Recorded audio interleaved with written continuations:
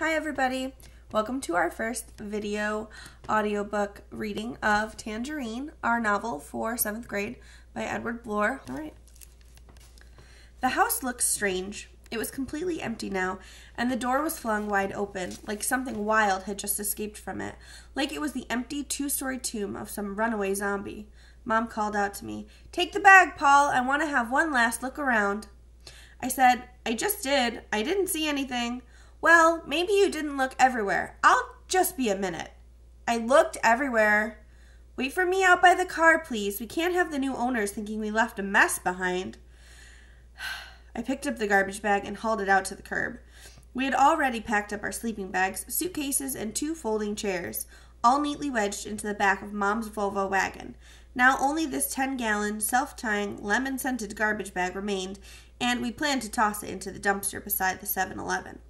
But first, Mom had to make sure that I didn't overlook anything. She was worried that the people who bought our house, people who we'd never even met, would find a McDonald's swizzle stick and think less of us. Once we dump the garbage bag, that will be it. That will be the last evidence that the Fisher family ever lived in Houston. Dad and my brother Eric are already gone. They've been living in Florida for a week now, with their sleeping bags, suitcases, and chairs that they stuffed into Dad's Range Rover. The rest of our furniture left yesterday, professionally packed by 2 guys who came to really hate Mom. By now, it should be over halfway to our new address, a place called Lake Windsor Downs in Tangerine County, Florida. I set the garbage bag down and leaned against the station wagon, staring east, directly into the rising sun.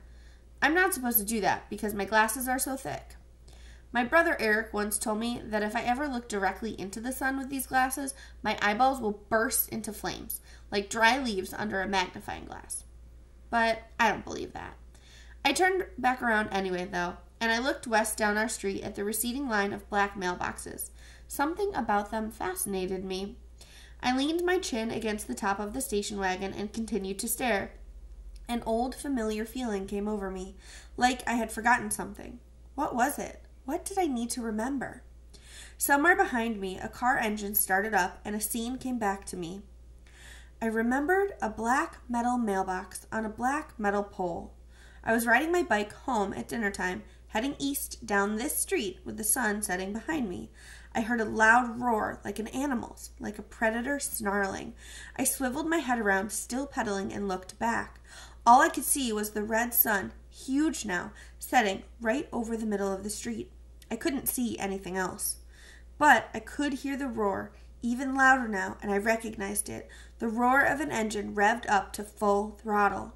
I tilted up my sports goggles to unfog them. Then I turned back and I saw it, a black car. Just an outline at first, then clear and detailed. It came right out of the sun. I saw a man hanging out of the passenger's window, hanging way out. He had something pulled over his face, some kind of ski mask, and he was holding a long metal baseball bat in both hands, like a murder weapon. Then the gears ground, the tires squealed, and the car leapt forward at an impossible speed. I swiveled back, terrified, and pedaled as hard as I could. I heard the roar of the car closing in on me, louder and louder, like it had smelled its prey.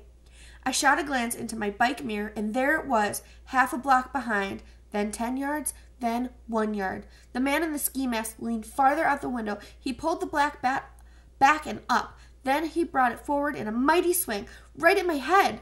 I drove to the right, landing on my face in the grass just as the baseball smashed into the mailbox, exploding it right off of its pole.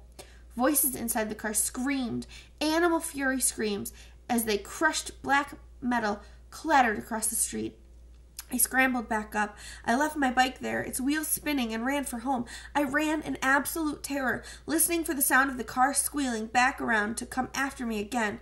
I burst through my front door, crying hysterically. My goggles were twisted back around my head. I spun around and around, looking for Mom. Then Mom and Dad were both in front of me, holding onto my shoulders, trying to calm me down, trying to understand the word that I was saying over and over. It was Eric. I was saying Eric. Dad finally understood. He looked right into my eyes and asked, "What do you mean by Eric?" "Eric what, Paul?" I stammered out, "Eric, he tried to kill me." Mom and Dad let go of my shoulders and stepped back. They looked at each other, puzzled. Then Dad raised his arm up and pointed to the right. into the dining room. There was Eric. He was sitting at the dining room table. He was doing his homework. Dad eyeballed me for a few seconds, and then he went out the front to look for my bike. Eric called over, "There he goes, blaming me again." Mom took me into the kitchen and got me a glass of water. She ran her finger under the strap of my goggles and slipped them off. Then she said, "Honey, you know how it is with your eyesight. You know you can't see very well." And that was that. But I can see. I can see everything. I can see things that Mom and Dad can't or won't. Mom's voice broke into my remembrance. "Paul?" My chin was still pressed against the car. She was standing next to me. "Paul, are you with us?" I leaned back as she beeped the auto alarm and opened the tailgate. "You're remembering all the good times you had here, aren't you?" I shook my head to clear it. I reached to pick up the garbage bag. My arms felt weak. I muttered, I was remembering something that happened. She held up a white cigarette butt and said, "You don't know anything about this, do you?" "No." "I found it in the garbage behind the water heater." I opened the garbage bag enough for her to slip it inside. I said, "Good work, Mom." She walked quickly back up to the house, laid her keys inside the foyer, and pulled the door firmly closed. And that was that. The keys were locked in, the zombie was locked out, and we were on our way. Part 1. Friday, August 18th. For Mom, the move from Texas to Florida was a military operation, like the many moves she had made as a child. We had our orders, we had our supplies, we had a timetable. If it had been necessary to do so, we would have driven the 800 miles from our old house to our new house straight through without stopping at all. We would have refueled the Volvo while hurtling along at 75 miles an hour next to a moving convoy refueling truck. Fortunately, this wasn't necessary. Mom had calculated that we could leave at 6 a.m. Central Daylight Time, stop 3 times at 20 minutes per stop, and still arrive at our destination at 9 p.m. Eastern Daylight Time. I guess that's challenging if you're the driver. It's pretty boring if you're just sitting there, so I slept on and off until, in the early evening, we turned off Interstate 10 somewhere in western Florida. The scene was not what I had expected at all, and I stared out the window, fascinated by it. We passed mile after mile of green fields overflowing with tomatoes and onions and watermelons. I suddenly had this crazy feeling like I wanted to bolt from the car and run through the fields until I couldn't run anymore. I said to Mom, "This is Florida? This is what it looks like?" Mom laughed. "Yeah, what did you think it looked like?" "I don't know, a beach with a 50-story condo on it." "Well, it looks like that too. Florida's a huge place. We'll be living in an area that's more like this one. There are still a lot of farms around." "What do they grow?" "I bet they grow tangerines." "No, not too many. Not anymore. This is too far north for citrus trees. Every few years they get a deep freeze that wipes them all out. Most of the citrus growers here have sold off their land to developers." "Yeah? And what do the developers do with it?" "Well, they develop it. They plan communities with nice houses and schools and industrial parks. They create jobs, construction jobs, teaching jobs, civil engineering jobs, like your father's." But once we got farther south and crossed into Tangerine County, we did start to see groves of citrus trees, and they were an amazing sight. They were perfect. Thousands upon thousands of trees in the red glow of sundown, perfectly shaped and perfectly aligned, vertically and horizontally, like squares in a million-square grid. Mom pointed. "Look, here comes the first industrial park." I looked up ahead and saw the highway curve off, left and right, into spiral exit ramps, like ram's horns. Low white buildings with black windows stretched out in both directions. They were all identical. Mom said, "There's our exit, right up there." I looked ahead another quarter mile and saw another pair of spiral ramps, but I couldn't see much else. A fine brown dust was now blowing across the highway, drifting like snow against the shoulders and swirling up into the air. We turned off Route 27, spiraled around the ram's horns, and headed east. Suddenly, the fine brown dirt became mixed with thick, black smoke. Mom said, "Good heavens, look at that!" I looked to where she was pointing, up to the left, out in a field, and my heart sank. The black smoke was pouring from a huge bonfire of trees. Citrus trees. I said, "Why are they doing that? Why are they just burning them up?" "To clear the land." "Well, why don't they build houses out of them, or homeless shelters, or something?" Mom shook her head. I don't think they can build with them. I don't think those trees have any use other than for fruit. She smiled. You never hear people bragging that their dining room set is solid grapefruit, do you? I didn't smile back. Mom pointed to the right and said, There's another one. Sure enough, same size, same flames, licking up the sides, same smoke billowing out. It was like a Texas football bonfire, but nobody was dancing around it, and nobody was celebrating anything. Then, in an instant, in the blink of an eye, we crossed over from this wasteland into a place carpeted with green grass, with trees along both sides of the road and flower beds running down the middle of a median strip. We could see the roofs of big, expensive houses peeking up over the landscaping. Mom said, This is where the developments begin. This one is called the Manors of Coventry. Aren't they beautiful? Ours is a little farther in. We went past the villas at Versailles, which, if anything, looked even more expensive. Then we saw a high gray wall and a series of wrought iron letters that spelled out Lake Windsor Downs. We passed iron gates and a pond of some kind. Then we made a couple of turns and pulled into a wide driveway. Mom announced, This is it. This is our house. It was big, 2 stories high and very white, with aqua trim, like a Miami Dolphins football helmet. A new wooden fence ran around both sides to the back, where it met up with the high gray wall. The wall, apparently, surrounded the entire development. The garage door opened up with a smooth, mechanical hum. Dad was standing there with his arms open. He called out, Perfect timing, you two! The pizza got here 5 minutes ago. Mom and I climbed out of the car, stiff and hungry. Dad came outside, clicking the garage door closed. He put an arm around each of us and guided us toward the front, saying, Let's do this the right way, huh? Let's go in the visitor's door. Dad led us through the front door into a tiled foyer 2 stories high.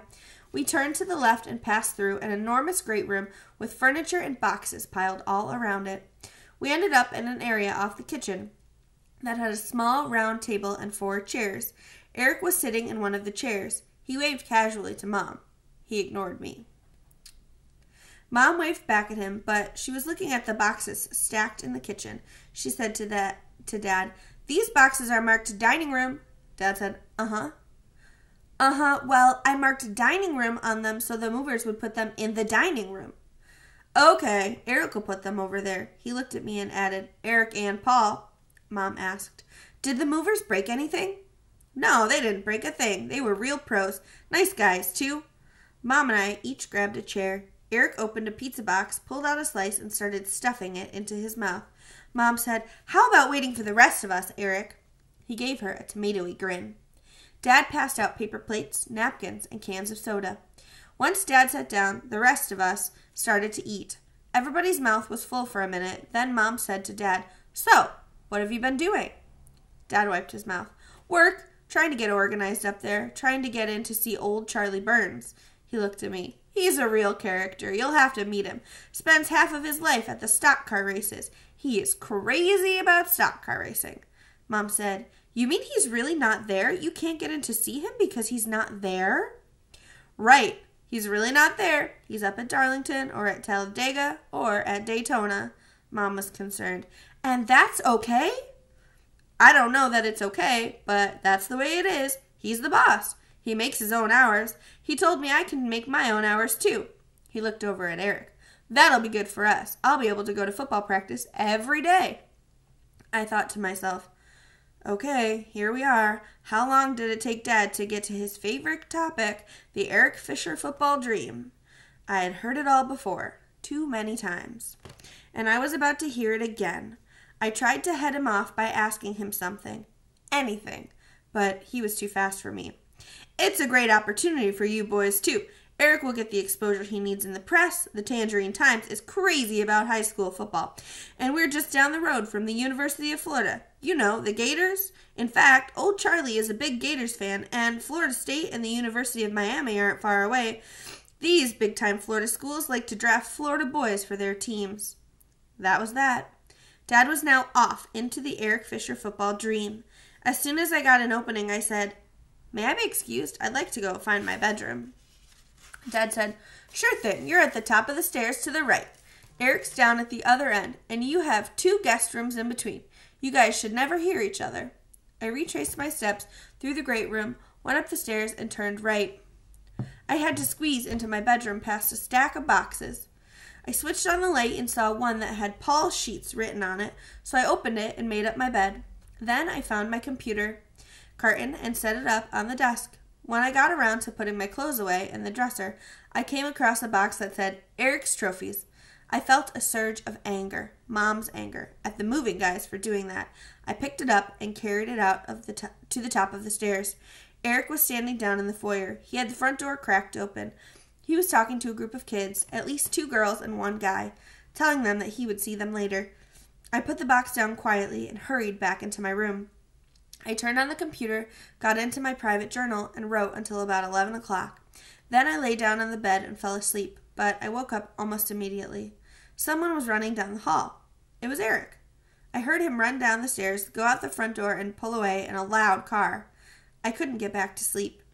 My mind started racing like an engine. I started thinking about our old house. Then I started thinking about a zombie, a pissed-off zombie, dragging 1 foot behind him, keeping to the right, taking his time, slowly, surely stalking his way down Interstate 10. Saturday, August 19th.